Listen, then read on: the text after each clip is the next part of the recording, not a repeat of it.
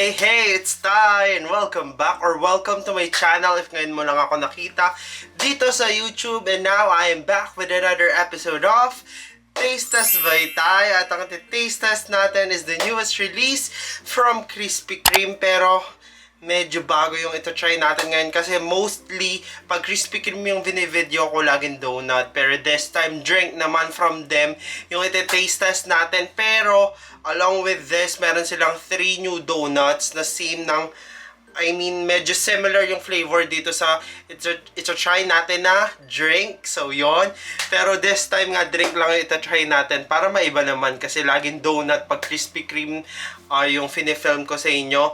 Ngayon drink naman. So yon, ang ito try natin is their newest coffee.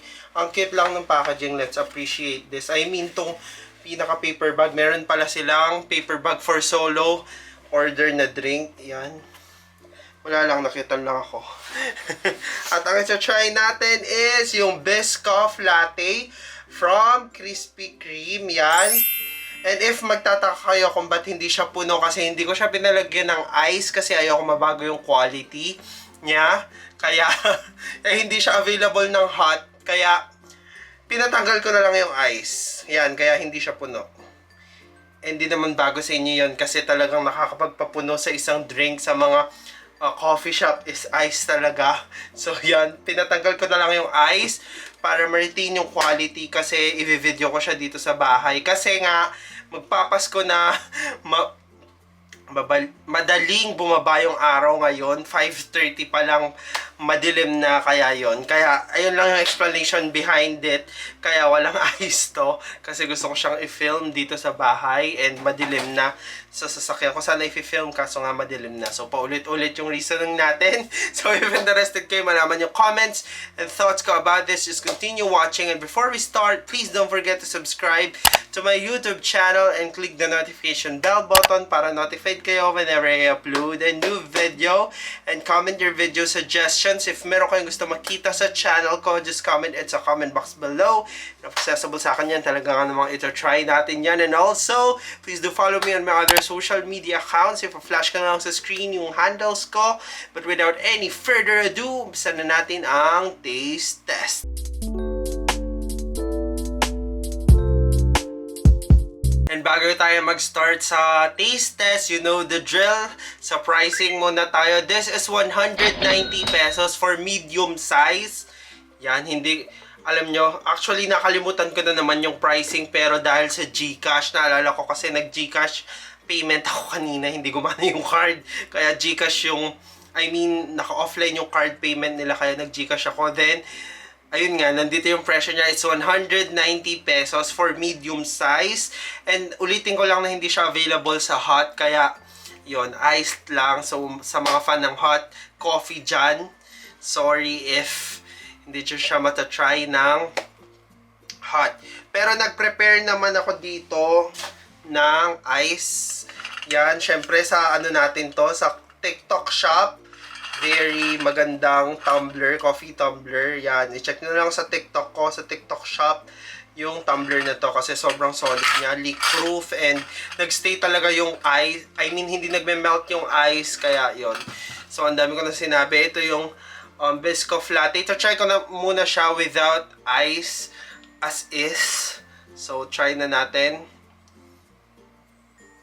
With the smell, ang bango kung maaamoy nyo lang. So, tikman na natin.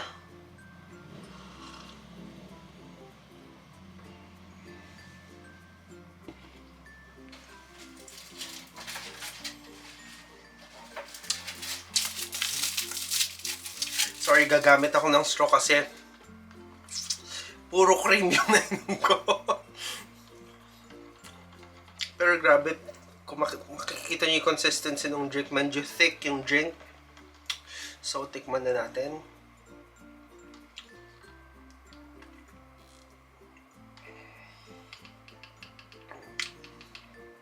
Okay. Gusto ko siya i-try with ice. Kasi, nakuha ko na yung lasa eh. Pero I think mas masarap yung experience if malamig to. Kasi, basically, malamig naman talaga siya, 'di ba?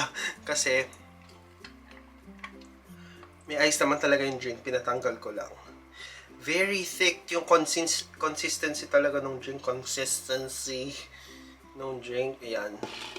13, ano lang to 13 ounce lang. Kaya, medyo konti lang yung malalagay sa tumbler na to. Ay nag-overflow pa.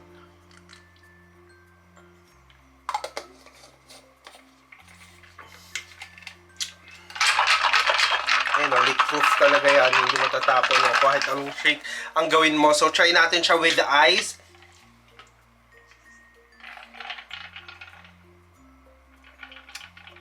Tama nga ako na iba yung experience with ice.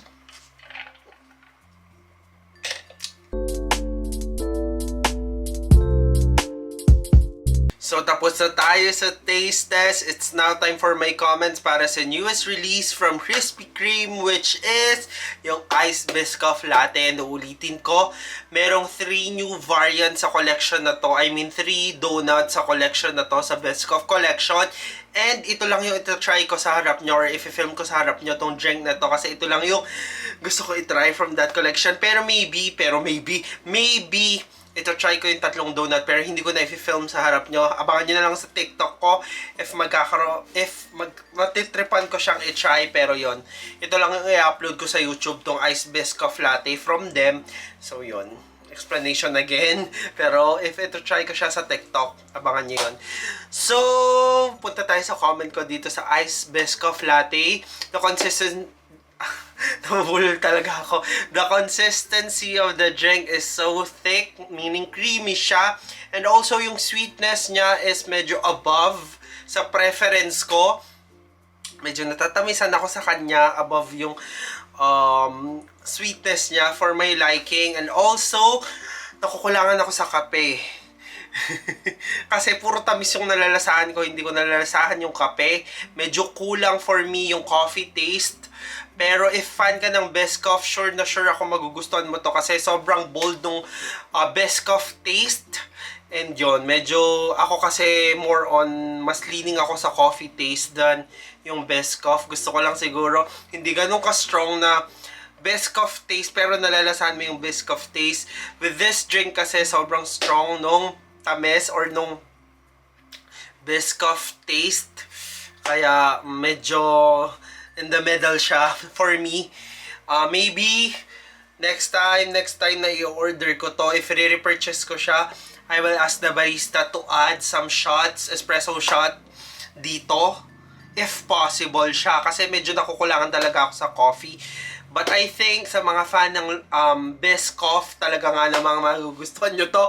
Kasi sobrang strong ng Biscoff. Lasang-lasa yung Biscoff dun sa drink. So, yun lang yung masasabi ko dito sa newest release from Krispy Kreme, which is yung Iced Biscoff Latte. Dag ko lang bago ko ibigay yung rating ko. Nakakauhaw yung drink kasi ngayon nauuhaw talaga ako. Kaso walang tubig dito sa taas kaya titiisin ko muna yung uhaw ko. Tapusin ko muna tong video na to bago ako uminom. Now, maybe next time magdadala na ako ng tubig every time na mag-video ako.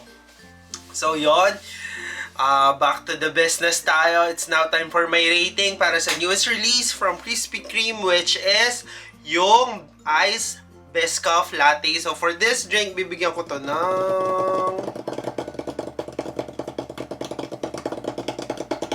2 out of 5. So yon, if fan ka ng Biscoff, try nyo na to sa Krispy Kreme and let me know your thoughts by commenting sa baba if same tayo nang na-feel or magkaiba. Syempre medyo subjective talaga yung mga drink and food. So let me know your thoughts by commenting sa baba kung ano yung nalasahan mo dito sa Iced Biscoff Latte ng Krispy Kreme. So that's it for this episode of Taste Test by Tay. And if you do enjoy watching my video or kahit hindi nyo yan na-enjoy, you know the drill.